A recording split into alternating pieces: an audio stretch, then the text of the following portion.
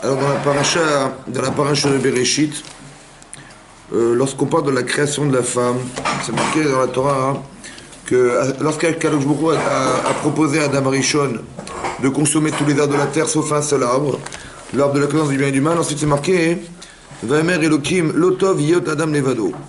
Donc c'est Hachem qui parle, ouais, qui dit Lotov, ça n'est pas bien qu'un homme soit seul. Et c'est l'eau Ezer Kenegdo. Et c'est l'eau, donc je lui ferai Ezer, une aide Kenegdo, face à lui ou contre lui. Alors, Hachi explique ici pourquoi c'est pas bien qu'un homme soit seul. Alors, Hachi explique Lotov. Chez le Yom Rouge Terishiot En, Akjbourou Yachid Beryanev En Lozug, Zevet Artul En Lozug. Ouais, c'est pas bien qu'on puisse penser que Hachem, il n'a pas de partenaire. Il est l'évade, il est seul. Alors, on va croire que l'homme, il est comme Hachem. Alors on va devoir lui trouver une aide. Ouais, comme si que le chiffre 1 n'existait pas. Il fallait absolument que tout soit double. Parce qu'on va confondre et croire que... Ouais, qu'est-ce que ça veut dire, au fond? Que vous avez compris quelque chose? Qu'est-ce que ça veut dire? Que le fait qu'on puisse imaginer que c'est pas bien qu'un homme soit seul parce qu'on va croire qu'il est seul. Ça veut dire qu'il est capable d'être seul. Ce qui n'est pas possible. Alors on va lui faire une aide. Kenegdo. Qui va être une aide mais qui peut être avec lui ou contre lui. Ouais. C'est quoi l'indépendance? Le seul qui est indépendant, c'est Hachem. On va croire que l'homme est indépendant. Alors c'est pas bien un lotov. Comme c'est que d'être seul, c'est pas tov. Ça veut dire quoi? C'est pas bien d'être seul. Que quand on réfléchit et qu'on a l'impression d'être seul, quand je dis seul, ça veut dire qu'on n'a pas besoin d'autre chose que de soi-même, c'est grave. Lotov. Lotov yatevado. Est-ce qu'on est construit? Est-ce que vous pensez que vous êtes construit pour pouvoir être indépendant de toute chose qui existe dans le monde? Donc c'est-à-dire que quand je pense que je suis quelque chose, ou je suis quelqu'un, où j'ai toujours raison, où je m'entête à penser que... en fait, je me retrouve seul, c'est un problème. C'est-à-dire que même quand j'ai raison, c'est grave. L'auto yot levado. Ça n'est pas bien le seul qui peut dire qu'il est seul. Entre guillemets, ça veut dire qu'il est indépendant d'autre chose que des autres. C'est Hachem. Vous avez compris? On est toujours interdépendant des autres. Comme si que ce qui me définissait, oui, c'est le rapport à l'autre. On n'est pas capable d'atteindre une indépendance sans les autres. Pourquoi je vous dis ça? Parce qu'on a très profond désir d'indépendance. Au fond, quand vous traduisez, des fois on peut s'entêter sur certaines choses dans la vie, mais d'où vient le désir de ne pas accepter l'autre, ouais, ou de ne pas accepter ce qu'on peut nous dire? Parce qu'au fond de nous-mêmes, on a un désir d'indépendance qui est très profond. Alors d'où vient ce désir d'indépendance? Alors une fois on a dit que quand Hachem il a insufflé un souffle de vie à l'homme, oui, il a créé le corps de l'homme, oui, et il a insufflé, Vaïpar Be'apav, il a insufflé dans ses narines, Ruach Chaim, un souffle de vie, ouais, un souffle de vie. De quelle nature est la vie? C'est quoi Ruach Chaim, un souffle de vie? En gros, bah oui, bah c'est pour vivre. Oui, mais en fait, c'est plus profond que ça. Le Maral explique que le souffle de vie, en fait, c'est quoi le souffle de vie? Il dit, parce que c'est marqué dans Michelet, Sonné Matanot Yichye, celui qui haït les cadeaux vivra. Ça veut dire quoi? C'est-à-dire que si vous dépendez des gens qui vous font des cadeaux, vous êtes parti pris de ce qu'on vous donne, vous êtes reconnaissant de ce qu'on vous donne, alors vous n'existez pas, vous faites partie d'un ensemble, vous faites partie de quelqu'un, de quelque chose qui va vous obliger à être. Oui? Alors on ne doit pas s'obliger à être, on doit être. Oui? Donc l'otov, c'est-à-dire que quand on dit sonner maintenant, il faut haïr les cadeaux, parce que je sais que quand je recevrai un cadeau, je serai dépendante, je le sais. Donc c'est quoi d'haïr les cadeaux? C'est quoi? Ouais, celui qui haïra les cadeaux, il vivra. Vivre, c'est indépendante. L'indépendance, oui, donc yichye, chaim, ça vient, c'est l'expression de l'indépendance. Je suis indépendante. J'existe par moi-même. Sonné matanot yichye, celui qui haït les cadeaux, il vivra. Roi chaim, un souffle de vie, c'est un souffle d'indépendance. Donc on porte en nous de l'indépendance. On a un désir profond d'être indépendante. C'est comme ça. Le problème, c'est contradictoire parce que c'est marqué, ça n'est pas bien d'être seul. Mais d'un côté, on a un grand désir d'être seul. Un grand désir d'indépendance. Comment ça se conjugue? Oui. Alors il faut comprendre que c'est pas contradictoire. En fait, l'indépendance, elle se construit par les autres. On n'est jamais indépendante. On devient indépendante par les autres. Ça veut dire que si, par exemple, je sais pas, quelqu'un qui n'aurait jamais suivi un cursus scolaire, il aura du mal, il va dépendre des autres évidemment, mais dès l'instant où il a des compétences, bah pour ça il faut créer une école, il faut créer des professeurs, il faut qu'il ait le désir de devenir, ouais. Mais il est interdépendant des autres. Maintenant, le fait d'être dépendant des autres va créer son indépendance. On est interdépendant. Le seul qui peut dire qu'il est l'évado, c'est Hachem. Vous comprenez? On ne peut pas se passer des autres. Notre indépendance, comment dire, la construction qui va nous amener à une forme d'indépendance dépend des autres. On ne peut pas se construire seul. L'Otov Yat Levado, ça veut dire ça fait partie des principes fondamentaux de la création, de l'homme et de l'être humain en soi, que vous ne pourrez jamais vous passer des autres. Une fois j'ai expliqué grâce à ça, j'ai compris une fois que, regardez l'intransigeance qu'une femme elle peut avoir vis-à-vis de son mari, comment dire, la compassion qu'elle a vis-à-vis de ses enfants. C'est quand même incroyable. On peut être intransigeante avec son mari, ouais. Comme ça, parce que la question que je m'étais posée, c'est... Parce que la gamin dans ma côte, elle dit que si quelqu'un, il a tué par accident, il va aller en ville de refuge. Ça va? Se réfugier jusqu'à quand? Ben, jusqu'à la mort du Kohen Gadol. Et là-bas, la Gemara, elle dit là-bas que puisque ça dépend du décès du Kohen Gadol, alors qu'est-ce que font les gens? Ben, ils prient pour que le Kohen Gadol meure. Les gens qui sont arrivés, ben, ils vont sortir de ville de refuge. Et la Gemara a expliqué que les mamans des Kohen Gadol, elles vont offrir des petits cadeaux aux gens pour qu'ils évitent de prier pour la mort du Kohen Gadol. Ça va? Alors je m'étais posé la question, mais je comprends pas pourquoi c'est la maman du Kohen Gadol et pas la femme du Kohen Gadol. Pourquoi c'est pas la femme du Kohen Gadol qui adore son mari, bien sûr, qui va prier, qui va dire aux gens, je vous en prie, mon mari, faut pas prier pour lui. Ouais. Pour qu'il meure. Pourquoi c'est la maman et c'est pas la femme du Kohen Gadol qui va prier, qui va demander des cadeaux? Alors là-bas, le marchand, il explique, il dit qu'en fait, pourquoi le Kohen Gadol, pourquoi ça dépend du décès du Kohen Gadol? Il dit parce que quelqu'un qui tue par accident, c'est une défaillance qui vient d'une forme d'indifférence. Ça va? Il dit, puis il coupe du bois, il n'a pas fait attention que derrière il y avait des gens. Mais d'où vient l'indifférence? Ben, la différence, elle vient de la faute. L'indifférence aux autres, elle vient de la faute. Que quand je faute par intérêt, je faute parce que quelque part je me fiche de ce qui se passe autour de moi, le bon Dieu, ben, c'est pas grave. Ou quelque part c'est volontaire ou c'est involontaire, mais il y a une défaillance, il y a une inconscience derrière, vous avez compris? Mais d'où vient l'inconscience? L'inconscience vient de la faute. Oui, la faute, ça peut se répertorier comme l'intérêt de vivre pour soi-même, etc., etc. Vous avez compris? Maintenant, quelque part, on a fait Teshuvah Rosh Hashanah, on a fait Teshuvah Kippour. Donc, théoriquement, à Kippour, le Kohen Gadol, il rentre dans le Kodesh HaKodashim, il va expier nos fautes. Donc, c'est fini. Donc, j'ai une capacité à maîtriser ce que je suis. C'est ça, effacer la faute. Oui. Or, la personne, elle tue Béchogeg. Elle a tué par accident. Ça veut dire que la faute, elle n'a pas été réparée. Mais pourquoi elle n'a pas été réparée alors qu'il a fait sincèrement Teshuvah? Parce que le Kohen Gadol, il n'a pas prié comme il faut. Donc, qu'est-ce qui se passe, dit l'Agmara? Que la personne qui était victime du manque de reconnaissance du Kohen Gadol, par la prière, elle peut prier pour que lui-même il soit touché par ce qu'il n'a pas su faire, par la prière. Vous comprenez? C'est pas qu'ils vont prier et il va mourir. Non, c'est qu'il est touché par ce qu'il n'a pas su faire. Le Kohen Gadol, il a un rôle essentiel, c'est d'expier la faute des gens. Oui. Maintenant, si par la prière il n'a pas su le faire, il peut être victime de la prière des autres. D'accord? Donc c'est pour ça qu'eux, ils vont prier pour justement pouvoir se libérer de ça. Et c'est légitime. Maintenant, qui c'est qui intervient? C'est pas la femme du Kohen Gadol qui intervient. C'est la maman du Kohen Gadol. Pourquoi c'est la mère qui intervient et pas la femme du Kohen Gadol? C'est ça que je comprenais pas. Ouais. Alors j'ai pensé comme ça. Pourquoi il y a une forme d'exigence de la femme et pas forcément de la maman? Parce que j'ai dit comme ça. Vous savez, pour devenir mère, je suis obligé d'obliger mes enfants à vivre. J'aurais pas demandé de choisir, moi. Moi, je suis une maman, voilà, je veux absolument avoir des enfants, je veux être mère un jour. Et ben, pour que ce soit possible, il faut absolument que mes enfants naissent. Mais je leur ai rien demandé, moi, ça va? Donc, comme je les ai, entre guillemets, obligés à être mes enfants pour que je sois maman, ouais, ce que j'ai pas fait avec mon mari, je l'ai pas obligé de m'épouser, moi, c'est lui qui a choisi. Ouais. C'est sûr que ça m'intéresse aussi, mais il n'était pas obligé de le faire, vous comprenez ou pas? Donc, comme on n'est pas obligé de faire, et que lui-même fait son choix, alors attention, il y a des conditions. Une femme, elle peut dire, voilà, il y a des conditions au mariage, si tu me fais plaisir, si je suis fier de toi, c'est bien, sinon, non.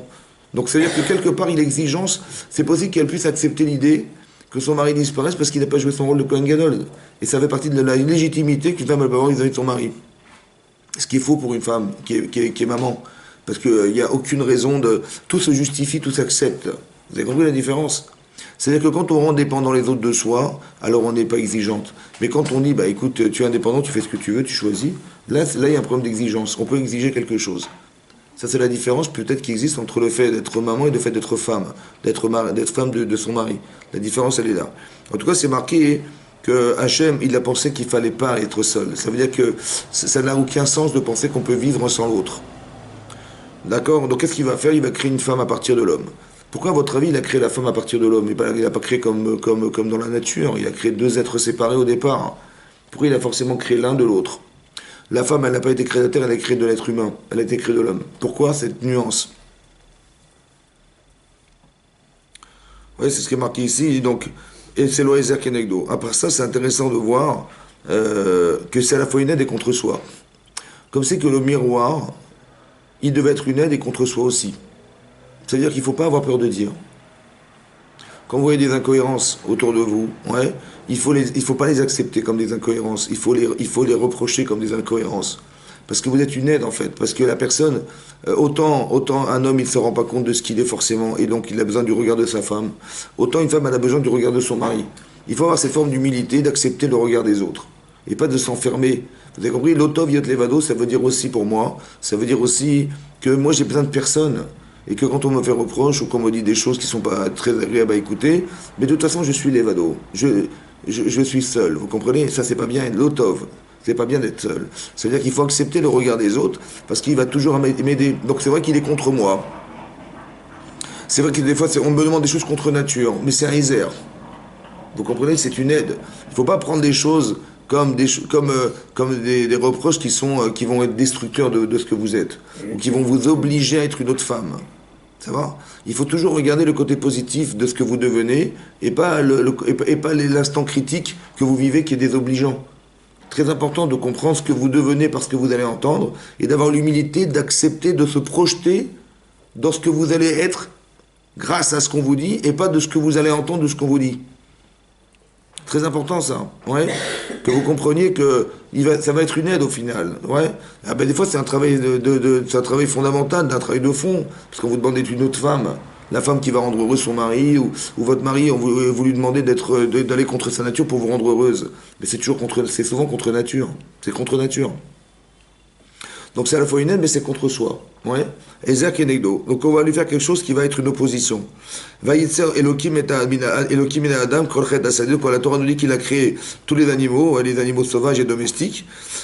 Vayavé à Adam, il a porté ces animaux vers l'homme, l'irot maïkralo. Alors pourquoi Hachem, il a absolument voulu qu'Adam il mette des noms sur les animaux. Vechol Hachem ikralo Adam, defesh chaya ou shemo.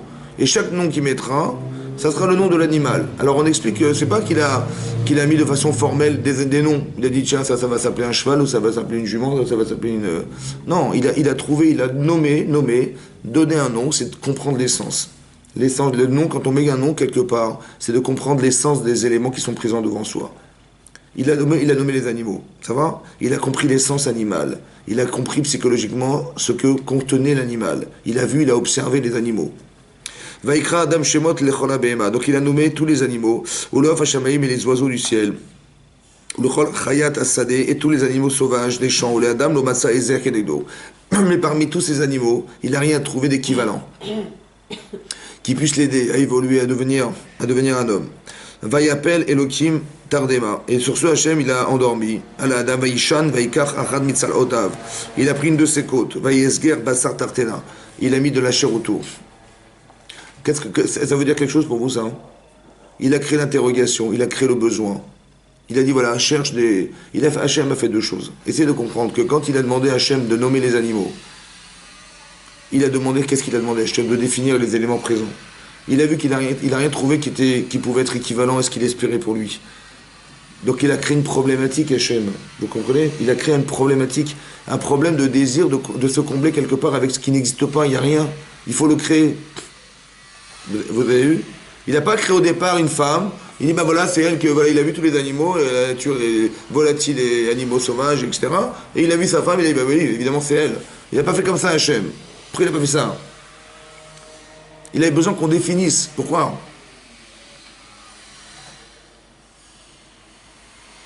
Ben, c'est fondamental. Pourquoi? Parce que quand vous épousez votre mari, il faut comprendre, c'est pas votre mari n'est pas seulement structurel. Votre mari, il a quelque chose de profond qui vous parle. Oui. Il faut savoir mettre un nom dessus. Ça veut dire, il faut savoir, quand on a dit Adam il va épouser sa femme, il faut qu'il arrive à mettre un nom. Ça veut dire que lorsque vous épousez quelqu'un, vous avez forcément défini la personne.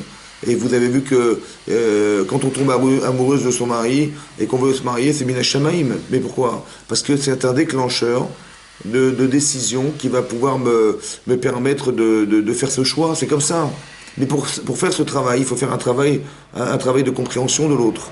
Oui, mais c'est pas seulement le jour où vous allez découvrir votre mari, etc. C'est un travail qui est permanent.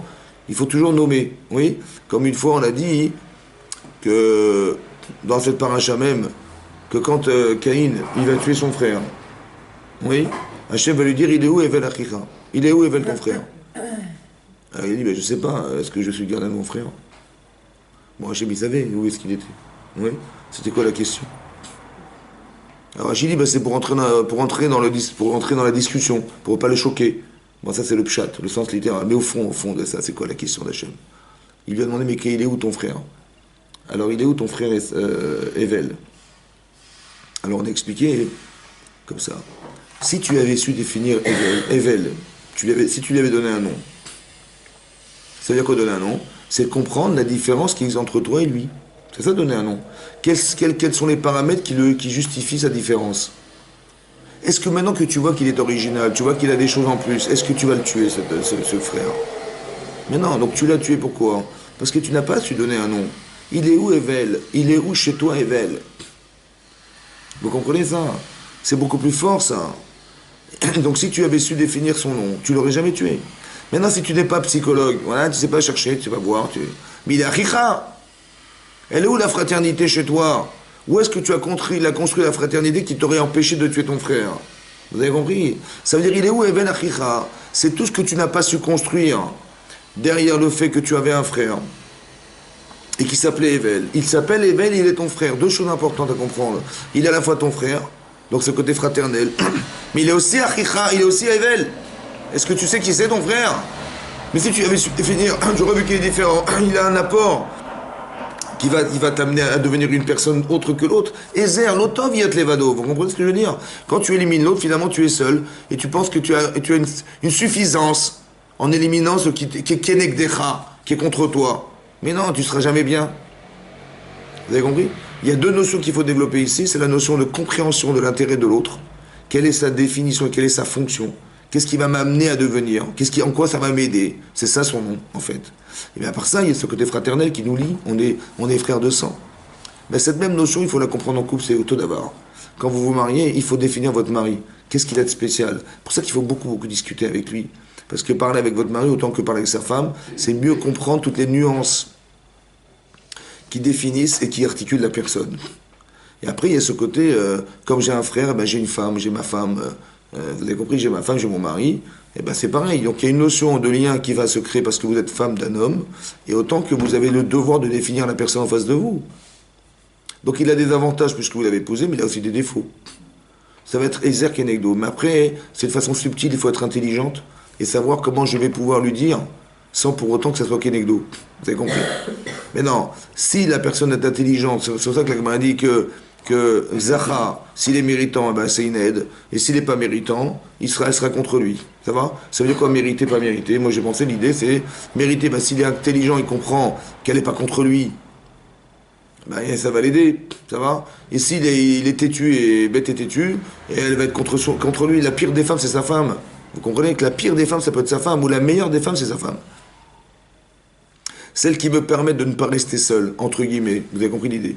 C'est ma femme en fait, oui. Parce que moi je pensais que j'étais un être construit et finalisé, en fait c'est faux, ça va?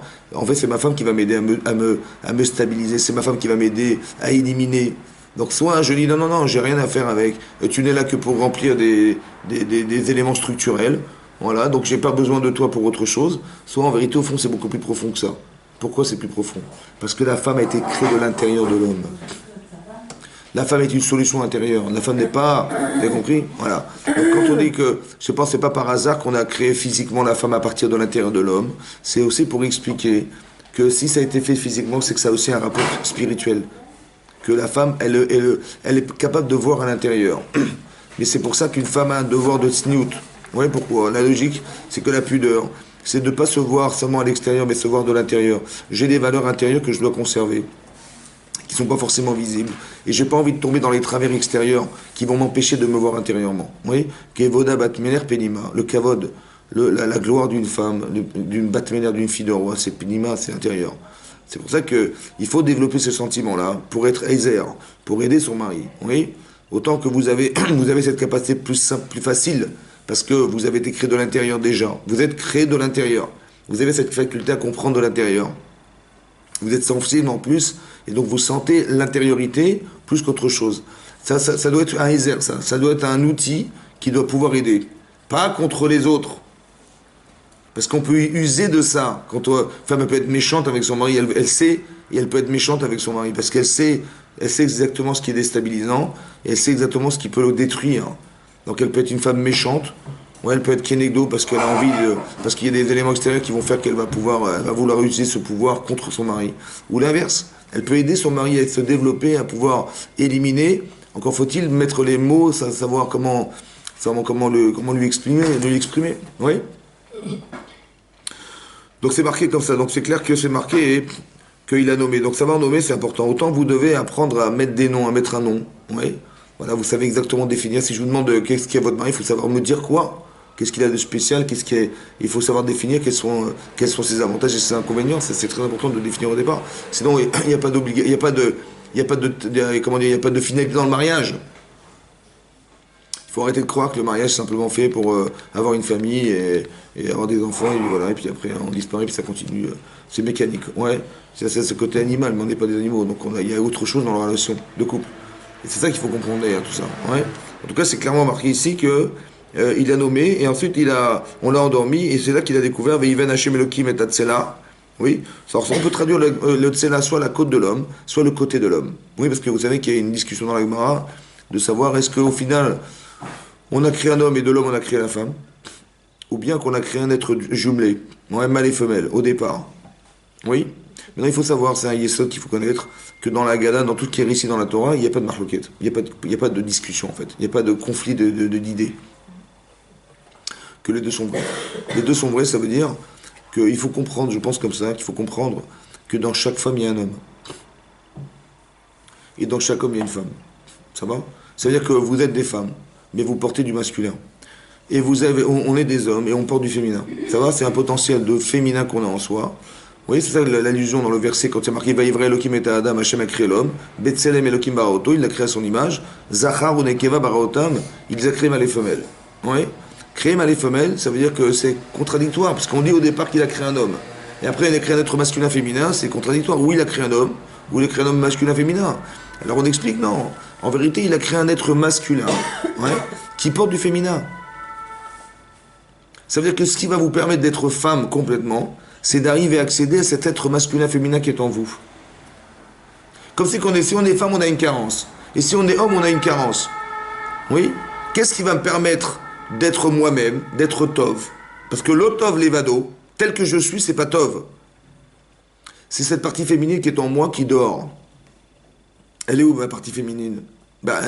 Spirituellement, elle est en moi, mais elle dort. Mais comment je vais nourrir cette partie féminine? C'est ma femme. Vous avez compris? Et pareil, vous avez une partie masculine qui est en vous et qui doit se nourrir de quelque chose qui s'appelle votre mari. Vous allez comprendre votre mari, vous allez devenir masculine-féminine. Comme c'est qu'on avait un devoir d'adaptation. Et que des fois ça me dérange. C'est ça qui est kenegdo. J'ai pas envie d'être une femme, moi. Alors elle est contre moi. D'accord? Ou bien, j'ai pas envie d'être un homme et c'est contre moi. On te demande d'être masculin-féminin. Pourquoi? Parce que le Zohar explique que la neshama est masculine-féminine. Oui. Au départ, vous avez reçu une partie, vous êtes une femme, donc vous avez une partie féminine qui est une neshama féminine. Mais en vérité, la greffe, elle va se faire le jour du mariage. Mais cette partie féminine, la partie masculine qui est en vous, elle dort en fait. Elle est pas existante. Elle est à construire. C'est votre mari. Donc quand on se sépare des autres, on se sépare de soi-même. Vous comprenez? L'otov yat levado. Ça n'est pas bien d'être seul. Il faut réussir à développer cette capacité d'être masculin-féminin. Comme c'est qu'on devait s'adapter à ce qu'on n'était pas, quoi. C'est ça qui est dur dans la vie. L'adaptation à ce qu'on n'est pas. Vous êtes des femmes depuis que vous êtes nés et on vous demande d'être un peu, de comprendre les hommes et de comprendre le besoin de l'homme, quand on dit Azov est un vive et Timo dans la Torah, c'est marqué il faut abandonner de son père et sa mère. Vide avec Bishto et se coller à sa femme. Ça veut dire quoi? Ça veut dire que vous aviez un profil au départ de femme célibataire, vous étiez attaché à vos parents, petit bout d'avaim, etc. Mais à un moment donné, il y a d'autres priorités. Et Azov, il faut abandonner son père et sa mère. On n'est plus connecté, entre guillemets, au repère familial qui était père-mère, mais au repère maintenant mari-femme. La Azov est David Vedimo, vit avec Bishto. David Bishto, c'est de se coller à sa femme, c'est qu'on a un nouveau profil maintenant, c'est elle. Oui, la femme la plus importante au monde, c'est ma femme. La personne la plus importante, c'est mon mari. C'est ça qui est très important au départ. C'est pour ça que si vous l'avez construite au départ, ce principe de base, qu'il faut, entre guillemets, faire abstraction de ce qui était le passé, mais qui dorénavant l'avenir, c'est ma vie de couple, c'est elle qui va articuler toute ma vie dorénavant.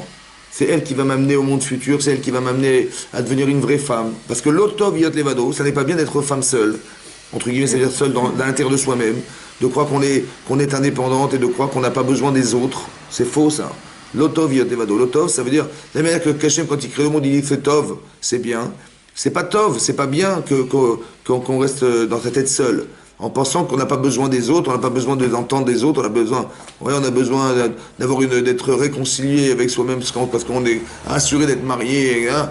Mais c'est une assurance extérieure. Il y a des choses à construire. Ouais, c'est d'être masculin, féminin. C'est pour ça que dans la Gemara, on va expliquer qu'on a séparé la femme de l'homme. Ouais, on a fait comme si elle faisait partie de l'homme et on l'a séparée.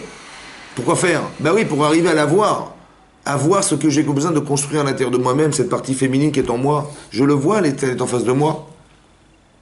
Oui. Alors quand je définis l'être féminin, il faut que je comprenne ce que j'ai gagné de définir l'être féminin et ce que j'ai gagné de devenir féminin. Et vous avez défini un être masculin, vous avez à comprendre qu'est-ce que vous avez à gagner de devenir masculine-féminine. Qu'est-ce qu'on gagne à être masculin-féminin. Oui. Comme si tel que je suis, j'ai une faille. Ouais. Quand on dit qu'une personne n'est pas chalem, elle n'est pas entière, tant qu'elle n'est pas mariée. Oui. Que l'Agban dans Ivarot, elle dit que l'Agban dit que quand un homme n'est pas marié, il n'est pas charouille, il ne réside pas dans la simcha, dans la joie. Ouais. Il n'a pas de bracha. Il y a marqué l'Agban dit là-bas, il n'y a pas de bracha. Il n'y a pas de bracha. Il n'y a pas de simcha. Il n'y a pas de Torah. Il n'y a pas de trauma, l'Agma dit comme ça. En quoi sa femme lui procure de la joie? Oui, il n'y a pas de Torah, c'est bizarre. Quelqu'un qui est allé chez Vaktana, il a étudié depuis l'âge de 13 ans, il s'est marié à 23 ans, ça fait 10 ans qu'il étudie la Torah. Il n'y a pas de Torah, il n'y a pas de Torah. De quelle Torah on parle? Il n'y a pas de Torah, il n'y a pas de simcha. En quoi le fait d'être marié, ça m'amène de la simcha, de la joie? C'est quoi la simcha? Il n'y a pas de muraille. Il y a bien une protection, il faut mettre une protectrice, en quoi c'est protecteur. Oui, il n'y a pas de... Et ça, donc il faut comprendre qu'est-ce que ça veut dire tout ça. Ça veut dire qu'on se rend compte qu'on n'est pas complet, on n'est pas entier. Il manque quelque chose.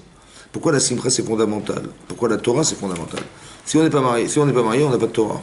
Alors peut-être la Torah c'est la Torah d'expérience. C'est-à-dire c'est un peu la Torah de l'halakha. Ça veut dire que vous avez des notions. Vous étudiez, on peut étudier la Torah, on a des notions, mais qui sont des notions intellectuelles. Alors on ne demande pas d'être seulement des intellectuels. On demande de devenir quelqu'un. Donc si vous n'avez pas réfléchi, vous pouvez pas mettre en expérience, c'est impossible. Donc il faut de la Torah, il faut étudier la Torah. Mais comment ça s'expérimente? Comment ça se vit? C'est ça qui est très important. Il y a des notions, vous parlez de snoot, les femmes, etc. Mais bon, c'est théorique, mais de devenir une femme sano, c'est pas simple. Hein. Ouais, c'est pas simple. D'avoir de la pudeur, d'arriver à être une femme capable de vivre à l'intérieur de soi-même, c'est compliqué. Donc de façon théorique, ça s'entend. Mais est-ce qu'on est capable de devenir cette femme? Donc la simcha, c'est d'atteindre ce but. Oui. Au fond de vous-même, vous avez quelque chose qui est fort et qui est vrai. Seulement peut-être qu'on n'y croit pas, ou peut-être qu'on pense, c'est pas pour nous. Mais au fond de nous, puisque la Torah nous dit qu'on est construit comme ça, c'est qu'on est comme ça. Mais dans la simcha, d'atteindre ce qu'on espère devenir. J'ai la émouna que la Torah, elle est émette. Oui. On pourrait discuter, c'est vrai, c'est pas vrai. Mais bon, on a la émouna que c'est la émette. Mais de la même manière qu'Hachem, il a regardé dans la Torah, que la Torah était créée avant le monde. Oui, ça veut dire que quand la Midrash dit Hachem istakel bedoraita, Hachem il a regardé la Torah, il a créé le monde avec. Oui, l'idée ça veut dire que il a lu Bereshit bar Elokim et Hachem et ça a construit des choses. Il a dit veillez or et la lumière est apparue, etc., etc. Ça veut dire que le plan du monde, c'est la Torah. On fait partie, nous sommes des êtres créés et on est marqué dans la Torah. Ça veut dire que tout ce qui est marqué dans la Torah fait partie de nous. Donc on peut pas dire non, on va faire. C'est comme ça qu'on allait. Hachem il avait créé un système ou une machine, et que nous on va dire non, on va faire la machine autrement. Vous comprenez, quand on se rebelle contre le principe qui est marqué, des principes sont marqués dans la Torah, on se rebelle contre Hachem, on se rebelle contre des réalités. C'est pas des virtualités, c'est des réalités. Donc quand on nous dit que l'homme a été créé masculin et féminin, c'est une réalité en soi. Ça peut pas se faire autrement. Ça va? Et que quand on va aller contre ces rouages, eh ben ça va se retourner contre nous, évidemment que ça va être contre soi. Vous comprenez? C'est pas possible autrement. Donc on a un Aïmouna, mais on va s'atteler à devenir ces personnes. C'est pour ça que c'est très important au début du mariage, je pense, qu'il faut qu'on se fixe un objectif commun. Ça veut dire qu'est-ce qu'on veut faire de nos vies? Qu'est-ce qu'on veut faire de... quel objectif on s'est fixé au départ? Où est-ce qu'on va mettre nos enfants? Dans quel esprit on va vivre cette expérience? Etc. C'est très très important au départ de fixer.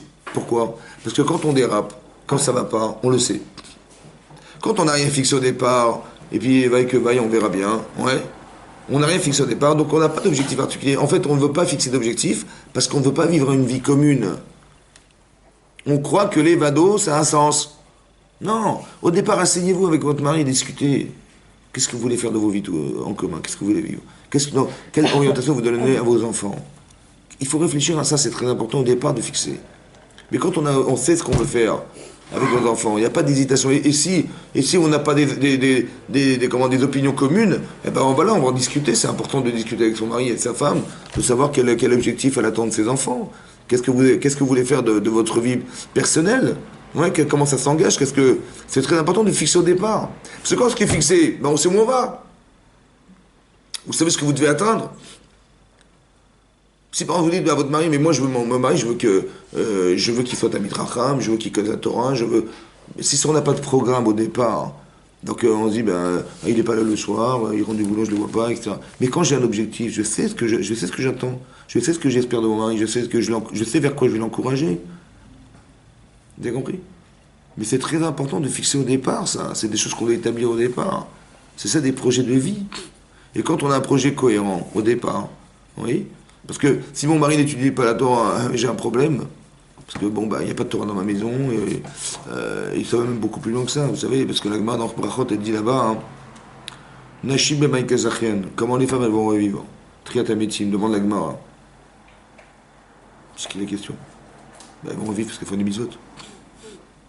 Il faut des mitzvot, non?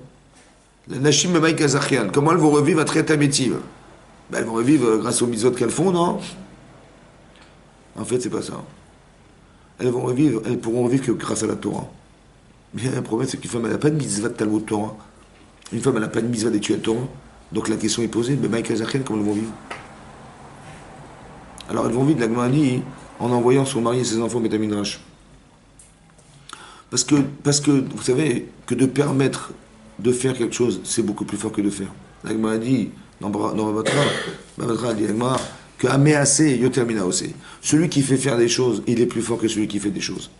Faire des mitzvot, ça n'engendre que vous-même. Mais de faire, c'est révélateur que la chose est très importante puisque vous la faites faire aux autres. Donc quand vous permettez à votre mari d'étudier la Torah, c'est beaucoup plus fort, vous êtes associé à son limoud. C'est ça qui fait vivre une femme. Donc c'est pas de la religion, vous avez compris? C'est-à-dire qu'ici, il n'y a pas de Torah, il n'y a pas de vie possible. Il n'y a pas de vie possible, oh la maba, parce que le monde futur, le monde à venir, oui, n'a de sens que si, au départ, on a la Torah en soi. Le seul moyen de connexion avec Hachem, c'est la Torah. Le Rambam dit que la Havat Hachem, c'est quoi aimer Hachem? Je dis oui, mais j'aime Hachem parce que voilà, j'ai une parnassa, merci mon Dieu, j'ai un mari, j'ai des enfants, merci Hachem, j'aime Hachem. Le Rambam dit non, Havat Hachem, c'est Havat Torah. Il faut aimer la Torah. Il faut aimer la Torah, il faut aimer ce qu'elle enseigne, il faut aimer. Et c'est ça le lien que j'ai avec Hachem. Mais comment voudriez-vous créer un lien avec Hachem dans le monde futur à venir s'il n'y a pas de Torah? C'est impossible. C'est ça qui fait vivre, ce qui donne un sens. Donc si mon mari n'étudie pas la Torah, j'ai un problème. Voilà, il va au travail, il revient, on est ensemble, on discute, et puis après il va dormir, il se réveille. Il n'y a pas de Torah dans sa vie, il n'y a pas de Torah, c'est un problème. Il faut organiser, il faut au départ fixer au départ que mon mari va étudier la Torah. Alors au départ, c'est pas grave, mais quand on a des enfants, il faut réviser, dire, bah tiens, on commence à dire, tiens, bah, mais en fait, il ne faut pas le faire de façon technique. Parce que j'essaierai pas de dire à mes enfants que je vais étudier la Torah. Il faut bien que je révise la Gemara avec mon fils, il faut que je révise la Chumash avec mon fils. Et si je connais rien, je vais... Non, c'est pas technique, c'est profond. Il ne peut pas y avoir de couple sans la Torah, c'est pas possible. Donc quand une femme, elle a compris ce principe de base, mais bien sûr qu'elle encourage son mari. Mais ça, il fallait le fixer au départ, ça. Depuis le départ, on fixe les choses. Oui. Il faut que ma femme, elle m'aide, pas seulement physiquement parce qu'elle va s'occuper des enfants, mais qu'une femme, elle ait compris qu'elle va gagner à devenir une femme de Torah parce que son mari étudie à Torah, c'est comme ça. Il faut fixer au départ, c'est très important, c'est la base. Oui. Qu'on discute de qu'est-ce qu'on espère de nos enfants, où est-ce qu'on va les mettre nos enfants, quelle école, quel niveau de religiosité, qu'est-ce qu'on ambitionne pour nos enfants, c'est très important de le mettre au départ sur la table en disant voilà, qu'est-ce que tu penses? Mais dis, attends, l'école juive ça coûte cher, machin, est-ce qu'on va pas mettre dans le laïc, on va pas mettre, on va prendre quelle école, il y a plusieurs sortes d'écoles, mais bien sûr ça se discute au départ évidemment. Et tant que c'est pas fixé, après ça peut être contre soi, parce qu'il y a des gens, on en avait discuté, mais jamais de la vie, mais qu'est-ce que tu racontes, et puis c'est pas ça rentrait pas dans mes plans. Vous comprenez ce qui peut se passer après? Et après ça va être contre soi. Parce que maintenant que qui sont là, ben on fait quoi avec? Très important d'établir au départ un plan un plan de projection. Qu'est-ce que vous avez en face de vous? Qu'est-ce que vous espérez en face de vous? Autant que ça va se faire en tant que mari et femme, qu'est-ce qu'on veut faire de nos vies, tous les deux? C'est très important de discuter avec votre mari de ça. Ouais. Qu'est-ce que tu espères de moi et tout et des fois il va vous dire des bêtises, hein. Mais il faut savoir que vous n'êtes pas, vous savez que vous êtes des femmes, donc c'est plus que d'entretenir une maison et de faire les courses. Ouais. Il n'avait pas besoin de vous pour ça. Donc il faut savoir définir au départ, c'est très important qu'il ait cette sensibilité féminine en fait, de sentir. Ce que vous ressentez vous, il faut qu'il le ressente aussi. Donc c'est pour ça qu'il faut en discuter. Il faut l'amener au degré de sensibilité que vous avez, pour qu'on soit au diapason tous les deux. Très important que ça se discute, ça se parle, ça sera. Et puis aussi que vous parliez de vous. Et aussi de ne pas vous gêner de dire. Ouais, mais il va se vexer, ou il va crier, ou il va machin. Donc je préfère Shalom Bayit, je préfère ne rien dire. Ça va, il y a souvent des gens, bah oui, ils disent, oui, mais dès que je parle de choses un peu dérangeantes, ils commencent à crier, ils commencent à s'énerver, et ça le dérange. Je dis, ok, mais qui est-ce qui souffre au final? Bah lui il souffre et vous souffrez, ça va? Lui il va souffrir parce qu'il va souffrir. Là il souffre pas mais il va souffrir un jour. Parce que de vous rendre malheureuse ça va vous le faire souffrir un jour. Et vous souffrez de vivre au quotidien quelque chose qui vous dérange.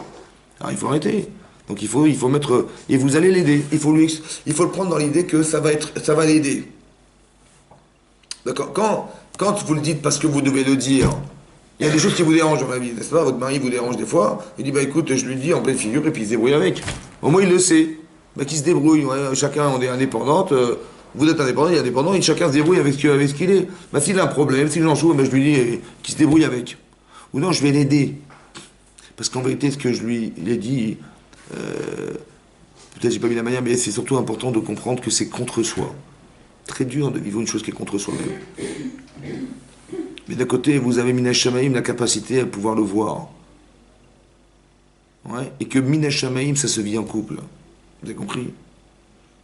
Ça ne se vivra pas ailleurs que dans le couple. Donc c'est Minash Shamaim, donc c'est très important que ça soit fait, bien fait. Le Yetzer Hara, il va se mêler à ce truc-là. Parce que le Yetzer Hara, c'est un déstabilisateur de conscience et de stabilité. C'est ça qu'il va faire. Mais c'est contre moi. On a créé le Yetzer Hara justement pour s'affirmer. Justement pour être clair dans les choses. Parce que le Yetzer Hara, il va entrer dans des finesses. Il va nous faire entrer dans des finesses qui sont en fait nous détournent de la volonté d'Hachem. Et moi je crois que comme Etzada Tovara, elle était sûre Chava qu'elle avait raison, ça va. Souvent son mari il savait que c'était faux. Il n'a pas eu le courage de lui dire. Vous avez compris? Il est tombé dans la séduction du discours de sa femme sans être capable de pouvoir entre guillemets rester un homme et pouvoir dire à sa femme écoute là tu dérapes. Parce que moi, je n'ai pas cette sensibilité qui normalement devrait t'aider, mais qui a été contre toi. Parce qu'elle t'a manifestement fait penser que c'était cachère ou que c'était possible. Ta sensibilité t'a fait croire, ton imagination t'a fait croire, etc. Et tes émotions et tout ça. Et en fait, c'était faux. Il fallait au départ comprendre que c'était une démarche fausse. Mais celui qui n'a pas cette émotion, il peut le dire. Celui qui l'a, l'émotion, elle est prisonnière de ses émotions, elle a du mal à se libérer de ça. Mais l'homme qui les a pas, il pouvait aider sa femme. À lui dire là tu vas trop loin, là c'est pas bien. Donc des fois c'est contre vous, mais c'est pour vous. Et l'inverse aussi est vrai, vous avez compris? Qu'un homme il ne sent pas, il sent pas des choses. Mais comment ça tu vois pas? Il plutôt lui dire mais tu vois pas. Il lui dit ben, ridicule, il est de pas voir. Il vaut mieux lui dire mais savoir que de toute façon il peut ne pas voir. C'est pour ça qu'au départ, je vous ai expliqué au départ, on est complices les uns des autres. On n'est pas contre l'autre. Pas que quand c'est pas en adéquation à ce que vous êtes, eh ben vous allez contre votre mari. Ézer, aidez-le à devenir cet homme. Ouais. Que la compassion qu'on a vis-à-vis de nos enfants, vous avez compris, elle est sensible. Mais c'est pareil, vous vivez avec. C'est comme des gens, ils vivent dans un immeuble, et ils jettent les papiers partout, et machin. Je dis, mais tu vis dans cet immeuble, pourquoi tu jettes? Je dis, ouais, mais c'est pas grave. Il y a la femme de ménage qui va passer derrière. Je dis, mais tu vis dans cet endroit. C'est pareil. Vous vivez avec votre mari. Pourquoi vous allez faire des choses contre vous-même? Finalement, vous vivez avec. Vous êtes dans le même foyer, vous vivez avec la même personne. C'est dommage de faire quelque chose qui serait contre vous un jour. Il faut construire une relation qui soit saine et compréhensible au départ. Il faut mettre des bases. Et à partir du moment où on a établi des bases ensemble, ouais, on sait qu'il y a des choses désobligeantes. Et il faut que vous ayez peur de dire des fois. Il faut qu'un homme il ait peur de dire à sa femme. Parce qu'il a peur de casser cet amour. Il a peur de casser la relation. C'est très important ça. On dit non, on est dans l'efficacité. Ouais, on va être dans l'efficacité. Je vais mettre mes téfilines, c'est possible? Un peu compliqué. Un peu compliqué, ça court aux femmes. Je peux pas? Peut-être Oh, il y a des femmes, oui. Ouais. C'est pas grave. Je peux pas me laisser rentrer là-bas. Bon. Razak ou alors. Mais non. Ah, c'est bien. Et donc, qu'est-ce que je voulais dire avant que je m'énerve? C'était ça. Vous avez compris? Vous avez compris? Ça,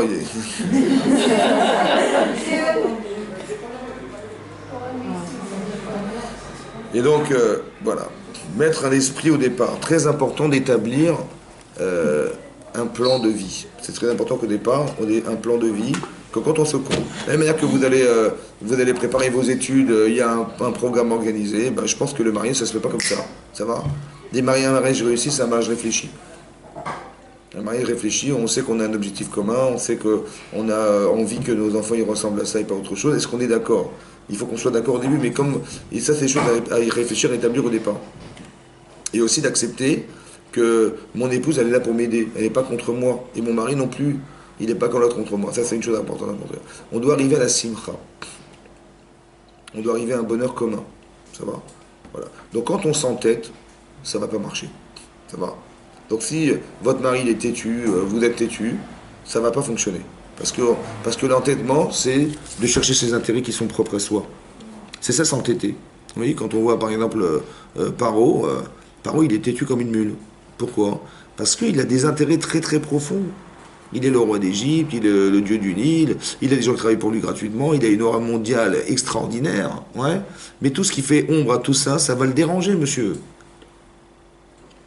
Quand on va lui dire, mais il faut libérer des gens pour qu'ils soient libres de vivre leur vie, il va dire non. Il va dire non, il va les faire travailler plus encore. Mais d'où vient l'entêtement de cet homme? Ben, il vient de l'intérêt. Il va perdre s'il les lâche. Il va gagner s'il les garde. Donc il va s'entêter à ne pas perdre. Vous avez compris? Il faut réfléchir aussi que quand on s'entête, c'est qu'on a des intérêts personnels qu'on ne veut pas lâcher. Ça, c'est de l'amour propre. Soit c'est de ne pas être déstabilisé par son mari ou par sa femme. Non, mais elle n'a rien à me dire. Moi, je suis ce que je suis. Et puis d'abord, elle le savait d'avance. Et puis elle m'a épousé pour ce que je suis. Il ne faut pas qu'elle commence à me raconter des histoires. En fait, je m'entête. C'est dommage. Parce que vous repartez du principe, l'otov, yot levado. Quand tu t'entêtes, t'es seul. T'es pas cohérent. T'es pas logique. Paro, il n'est pas logique. Vous comprenez pourquoi? Parce que quand vous mettez de l'argent d'un côté et vous mettez la liberté des hommes de l'autre côté, la liberté contre de l'argent, qu'est-ce que vous choisissez? L'argent ou la liberté? Quelqu'un, il est prisonnier. Ça va? Il faut le libérer, il faut payer une rançon. Vous payez la rançon ou vous laissez en prison? Qu'est-ce que vous faites? Hein? On paye la rançon parce que la vie est plus importante que les moyens. Donc quand on voit qu'on s'acharne sur des moyens, c'est qu'on est bête, on n'est pas logique. Quand Paro il dit non, non, je garde mon pouvoir, et la honte de ma vie, c'est on se rend compte que j'ai lâché les d'Israël. Oui, non, c'est la honte, hein. Bah oui, parce que les gens diront tu es faible, tu n'es pas le roi, tu n'es pas le maître. Je dis mais putain, je suis tout seul là-haut. Il y a des millions de personnes et je suis tout seul. Évidemment que c'est eux qui ont priorité sur moi, non? C'est un problème de logique. Bon, il faut établir une logique au départ pour pouvoir avoir la possibilité de faire teshuva. Il faut être logique au départ pour avoir la possibilité de faire teshuva. Parce que si je ne suis pas logique au départ, comment je vais imaginer que la priorité c'est les autres? Mais c'est pas possible. C'est ça que je vous explique. Il faut avoir une logique de couple. Une logique de couple. Parce que quand ça n'ira pas, vous le saurez. Parce que vous avez une logique au départ établie. Là, on peut dire, oui, bah, j'ai fait des erreurs, je le sais parce qu'on avait établi une logique au départ. Mais si on n'est pas logique, si on n'a pas des principes, on n'a pas établi une forme comment dire, de plan de vie, alors on ne sait pas où on va. Et c'est pas quand on va se casser la figure là-bas, ou nos enfants ils vont mal tourner là-bas, on ne saura pas quoi faire. On n'a pas réfléchi, on n'a pas établi des choses au départ, c'est pas bien. Oui, on partit du principe que si ça n'est pas construit, vous êtes seul. L'otov yot levado. C'est pas bien d'être seul. Le seul qui peut dire ça, c'est Hachem. Le seul moment où on est seul, entre guillemets, c'est quand on se remet en question, on se voit, on se regarde. Ça va? On se regarde. Un peu comme Yaakov Avinu, lorsque il va se séparer de sa femme et de ses enfants pour traverser le fleuve du Yabok. Il va se retrouver seul. Il va lutter contre un ange. C'est marqué, il va taire Yaakov Levado. Là-bas, c'est marqué qu'il était seul. C'est le seul moment où on est seul, c'est quand on se regarde. Mais pour se voir, il faut être un autre. Ouais. Il faut être un autre. Quand vous vous regardez, dites, mais comment j'ai pu faire ça? Eh ben, vous voyez la personne qui est seule, en fait. C'est celle que vous voulez plus vivre. C'est cette personne-là que vous voulez éliminer. Mais c'est cette personne-là. Mais pour pouvoir se voir, il faut être une autre personne. Il faut avoir l'humilité d'accepter de se regarder. Il faut avoir l'humilité d'accepter d'entendre. Au rêve et il faut aimer les reproches. Parce que vous savez que vous allez gagner. Vous avez compris? Mais pas d'être susceptible au point de... On va mettre des gants pour vous parler, on va vous parler avec des pincettes. Et c'est pas bon ça, parce que ça veut dire que vous êtes seul, c'est pas bien. Ça va? Il faut avoir cette humilité, il faut avoir cette patience de savoir que votre mari, il n'est pas construit. C'est sûr, c'est comme ça. Vous avez compris? Il a vécu une vie de célibataire, d'homme célibataire. Vous croyez qu'en une seconde, il va devenir un homme marié? Ah bon? Vous savez que c'est la choupa, c'est mécanique, c'est magique. La choupa, c'est magique. Vous êtes sur la choupa, c'est-à-dire on est marié. Non, vous êtes sur les papiers, vous êtes marié, mais vous n'êtes pas marié en fait. Il n'y a rien, il n'y a pas de mariage derrière. Tout est à construire. Vous avez compris ce que je veux dire? Ça prend du temps, c'est très important qu'on comprenne. Rien n'est mécanique. Votre mari, il est célibataire. Vous êtes célibataire dans votre tête. Donc quand ça va pas, mais évidemment qu'il y a des écarts. Il faut bien comprendre que comme c'est pas mécanique, la différence, c'est qu'il faut avoir la patience. Vous allez développer la patience. Ça veut dire de lui permettre d'accéder à quelque chose qui s'appelle vous. Parce que ce qu'il a au fond de vous, de lui, c'est vous. La partie féminine. Donc j'ai la patience de voir qu'il y a eu des erreurs. Quand c'est logique, vous comprenez que c'est logique. Vous avez la patience. On ne devient pas en 5 secondes. Par exemple, un enfant, il va rentrer à l'école, il ne sait pas lire. Je dis, oh, comment ça, il ne sait pas lire? Allez! Oh, tu rentres à l'école quand même. Alors, fais vite, allez, lis-moi le livre. Mais attendez, je ne sais pas lire. Votre mari ne sait pas lire. Vous avez compris? Il ne sait pas lire ce que vous êtes, il ne sait pas lire. Il ne sait rien lire, il ne connaît rien. C'est un célibataire, il vit comme un homme. Il vit comme un homme égoïste d'exister pour soi-même. Alors, allez demander de partager sa vie à quelqu'un d'autre. Il dit, mais attends, on est mariés, comme je ne comprends pas. Mais tu m'as vu, je suis là, Mais évidemment que ça se fait pas en 5 secondes. Donc, soyez cohérente et logique. Que les choses, elles ne se font pas automatiquement. Maintenant, quand je sais que c'est pas automatique, j'ai la patience. Dire à mon enfant, assieds-toi, je vais t'apprendre la lèvre bête. Je vais t'apprendre à construire des mots. Mais quand vous savez au départ que c'est pas construit, vous avez la patience d'attendre des autres. Autant que votre mari, c'est pareil. On croyait qu'automatiquement, il allait réagir automatiquement à ce que je ressentais. On s'aime, on est mariés. Il n'y a rien d'automatique. Tout est à construire. Donc quand je sais que tout est à construire, j'ai la patience d'attendre, de lui permettre d'accéder. Pas que je suis intransigeante, ou que je dis, mais il faut que ça marche du tac au tac. Le tac au tac, c'est quand on a de l'expérience, quand on a déjà des sensibilités. C'est ça qu'on veut atteindre, mais vous avez raison. Mais il faut attendre. Et les Yetzirah, qu'est-ce qu'il fait? Il dit, mais attends, je comprends, on est passé sous la roupa. Et quand il y a des conflits entre beaux-parents et des couples, c'est pareil. Ça va? Quand on dit la Azov et Aviv et Timo, c'est la Azov. Ça veut dire quelque part, ils ne doivent pas rentrer dans ma vie. Ça va? Vos parents, ils ne doivent pas rentrer dans votre vie. Vos parents, ils ne doivent pas. Vos beaux-parents, ils non plus. Le problème, c'est que quand ça se passe comme ça, en général, ça se passe mal. Parce que comment ta mère, elle me parle. Ouais, donc on va dire à son mari, il faut que tu interviennes. Ouais, ou l'inverse. T'as vu ton père, comment il me parle et tout, il m'a dénigré devant toi et tu n'as rien dit, c'est la honte et tu n'interviens pas. Alors je dis souvent aux gens, je dis voilà, tu sais, ta femme, elle a vécu 25 ans avec son père et sa mère, mais elle a vécu 3 jours avec toi. Comment tu veux lui demander de faire abstraction de 25 ans de vie, ouais, pour 3 jours de vie? C'est compliqué. Vous avez compris que c'est logique. D'un côté, elle a une mitzvah, elle a toujours respecté son père et sa mère. C'est dur d'aller contre ce respect. Donc c'est pas parce qu'elle t'aime pas qu'elle réagit pas, c'est parce qu'elle a un conflit intérieur qu'elle sait pas comment faire.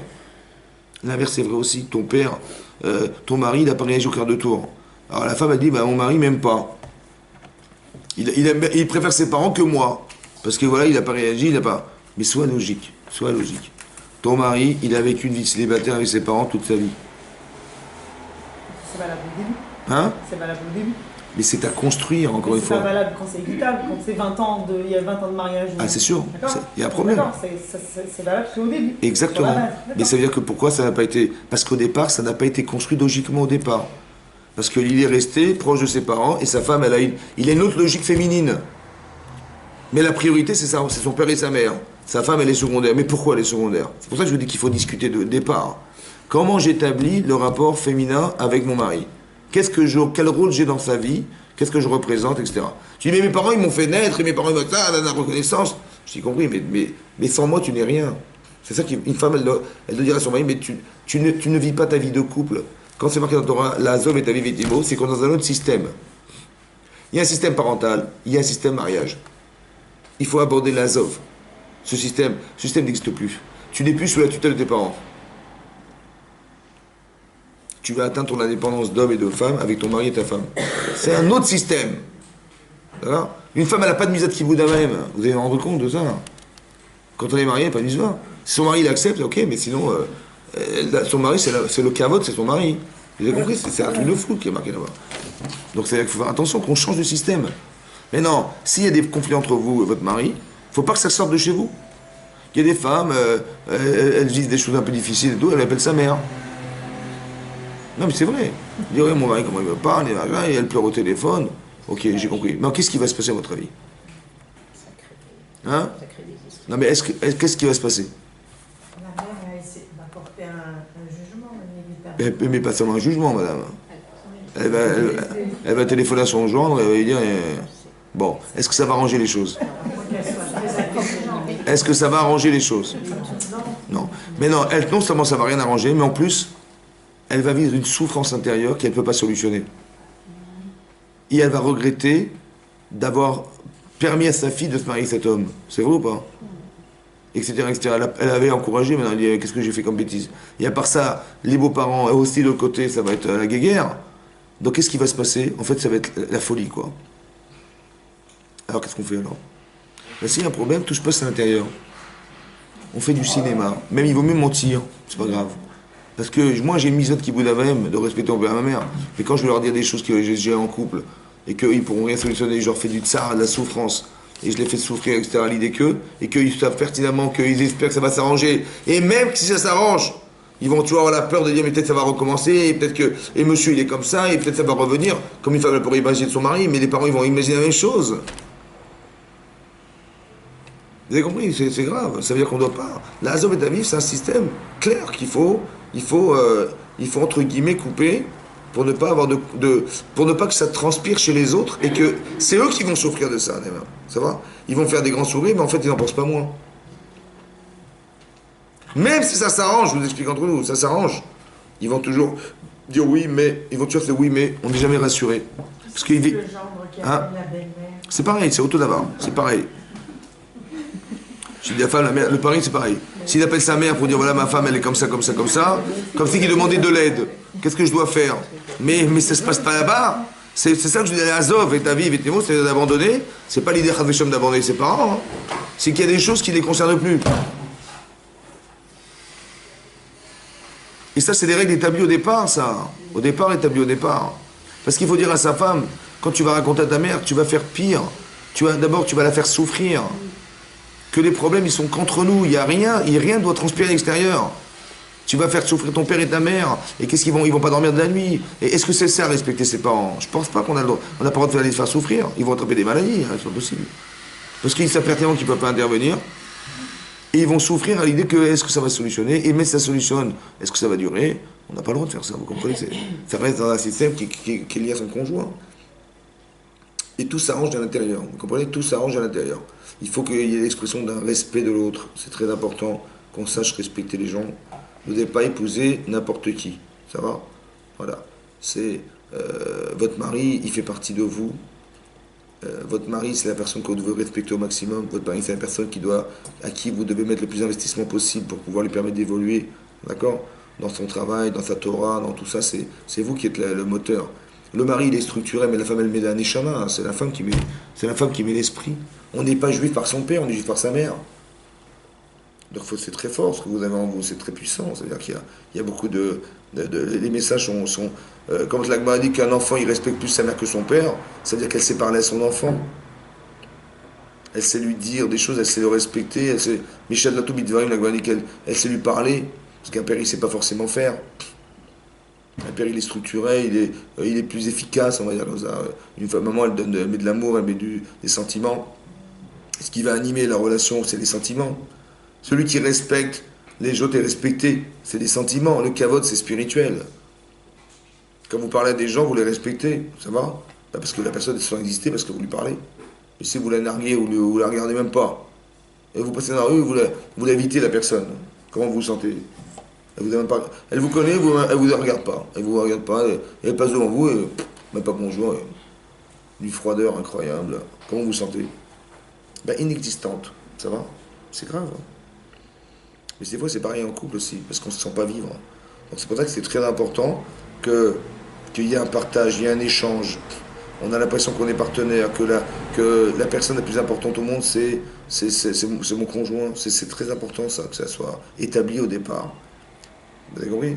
Pas que genre tu fais les courses, tu remets les enfants, tu lèves les enfants, ils sont propres, c'est bon, c'est pas bon, t'as fait le repas, tu fait le repas, voilà, c'est mécanique et technique. Non. Vous avez compris?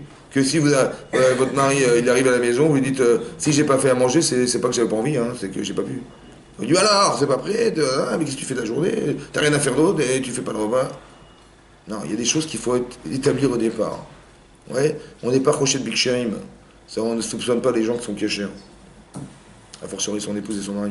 Ça va? Donc c'est-à-dire que c'est des choses à établir au départ qui sont fondamentales dans une construction de couple.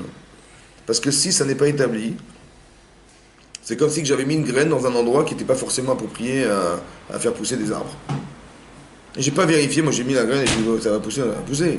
Je dis c'est bon, c'est aride, c'est pas aride, qu'est-ce que tu fais pousser? Est-ce qu'il faut de l'eau, faut pas de l'eau? Et fois si tu mets trop d'eau, ça pousse pas, si tu mets pas assez d'eau, ça pousse pas. Il faut savoir où tu mets les graines. Il y a une étude, non?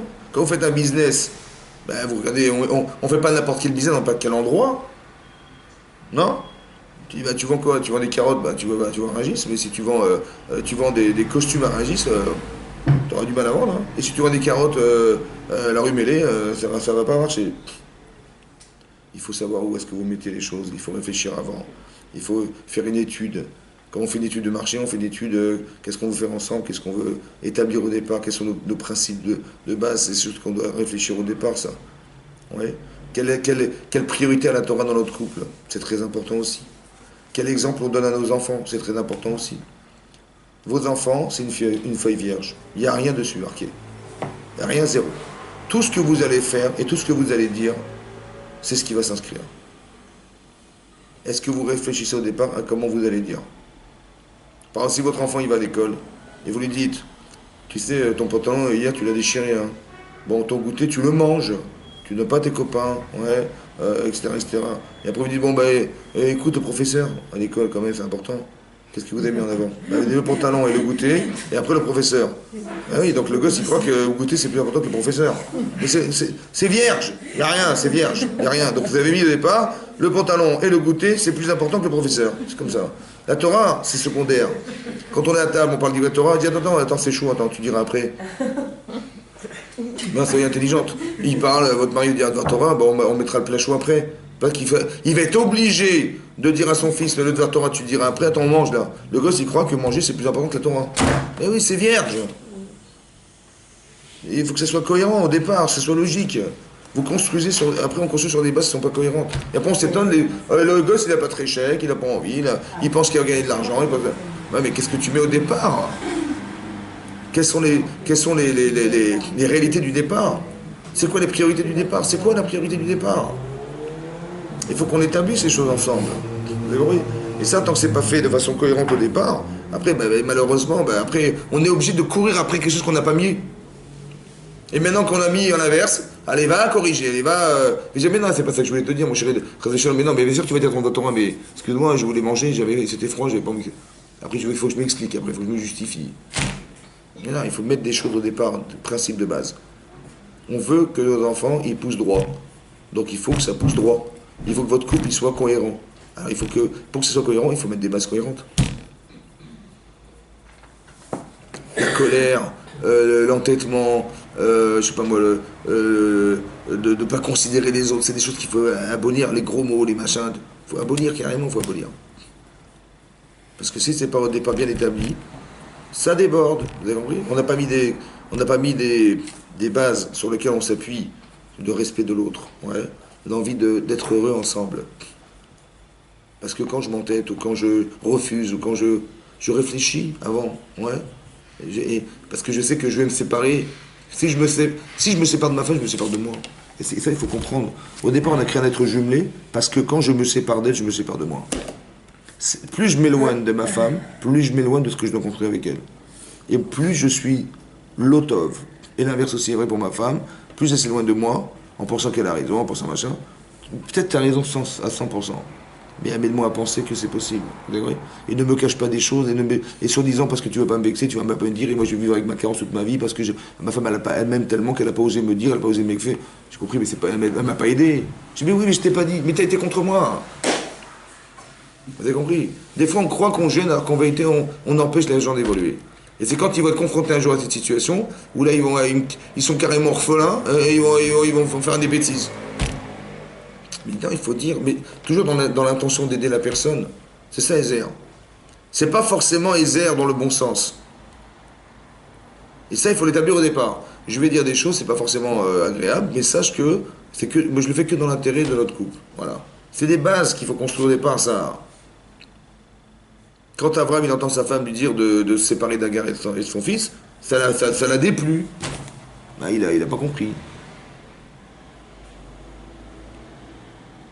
Hachem il a dit écoute sa voix. N'écoute pas ce qu'elle t'a dit. Écoute ce qu'elle a voulu dire. T'as pas compris ce qu'elle a dit. T'as compris? Souvent c'est comme ça. On écoute les mots, on n'écoute pas les intentions. Une femme elle dit des choses qu'elle ressent, mais elle ne sait pas forcément bien les dire. Alors le type, il écoute des mots, il ne comprend pas ce qu'elle dit. Non, écoute pas ce qu'elle t'a dit, écoute les intentions, qu'est-ce qu'elle a voulu dire. C'est très important, c'est le col. Ça, c'est important aussi de l'établir. On n'est pas des gens très rigoureux sur le langage non plus, donc on a du mal à exprimer les sentiments.